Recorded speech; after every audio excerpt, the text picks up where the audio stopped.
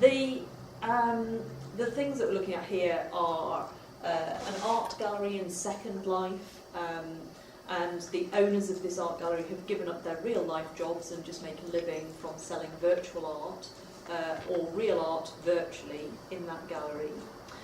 You've got Grand Theft Auto 4.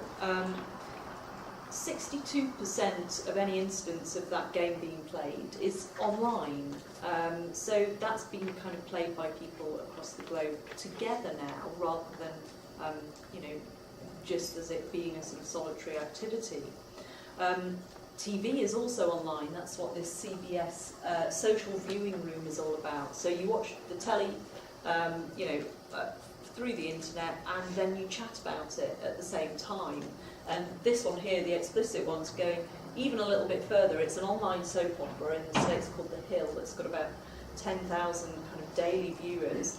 And what you as the audience members do is kind of chat back at the telly and try and come up with the best quips and one-liners about what the characters are doing, and then you get points for that according to what the other players think about your quips.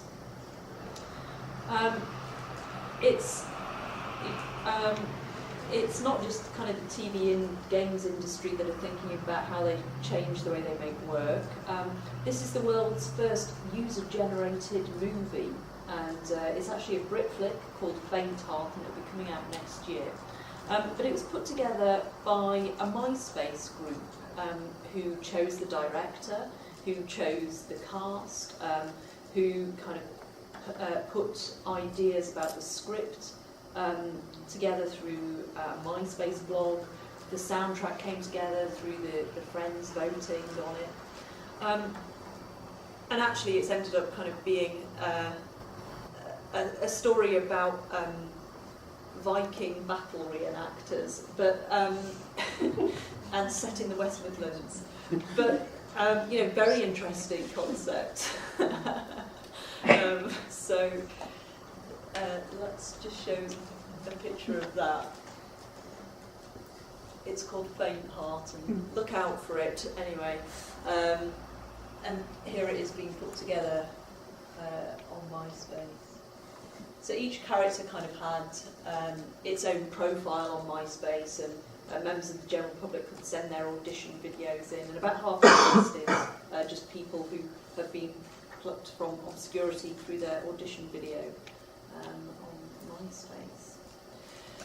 So if we're thinking about impacts then of changed behaviour on our sector, then what we've got to get our heads around is the audience or the reader as a player, as wanting to participate. And that means, I guess, what Chris was kind of beginning to refer to, that we as organisations, we as artists, kind of become facilitators then in that relationship.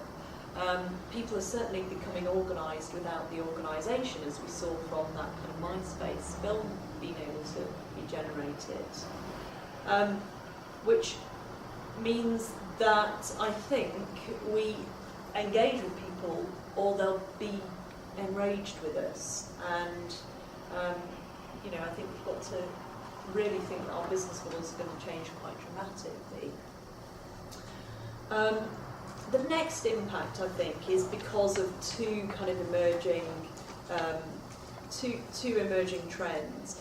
And the first emerging trend is the experience economy, and the second emerging trend is status stories, and they're kind of related to each other. But people always ask me about whether digital development is going to take people's desire away from going to the live. And of course, it's absolutely not. I think that's really underestimating audiences. People aren't stupid, and they really do know the difference between the quality and experience of going to a live version and going to a virtual version. But obviously we've got a kind of increasingly economic and environmentally unstable world, and we've got to choose. We might not be able to go to the live event for reasons of cash or carbon footprint. And so what does that mean? Well, it means that actually what are currently our status symbols will begin to be looked down on. So if our status symbols are things, that won't be sustainable. So what will become our status symbols? Well, they'll become the live events that we go to, they'll become the experiences that we have. And that's why kind of status symbols will be overtaken by status stories. People will want to say, actually, do you know what, I've been on holiday here, and here's my Flickr album, and that's linked to my Facebook profile, and you will know that I've been there and that I've done that. So those two things kind of link together, this idea of, you know, people moving how they talk about their status to talking about it through experiences. So of course, you know, experiences are unique, but they also kind of do a great job of instant gratification, and they're perhaps more affordable and perhaps more numerous as well than kind of old world status symbols. But they're very good news for us in the creative sector, because what we do well is good content at good live events. We are good at doing unique live experiences. Now, just to kind of talk about status stories a little bit more, this is a fantastic, I think, invention called Requiem for You. It's a service provided by composers, and what you do is you actually commission someone to write your requiem, and that's a kind of completely individual composition for you. So that's what your money's bought. It's bought you a brand new requiem, and you get to hear the first recording of it, you get to have the score. Hopefully you don't actually get to hear the, well, obviously you won't. And then there are things like this, you know, I think increasingly we'll see more, you know, this is called Flatten Me, rather ominously, but you know, the idea is that you provide your kid's photo and their name, and someone writes a bespoke story with them in it. You know, this is kind of interesting because it means that unique pieces of art that, you know, usually only the state would have been able to have afforded to provide, can actually now be afforded by probably just the comfortably well off. So, interesting times ahead, I think.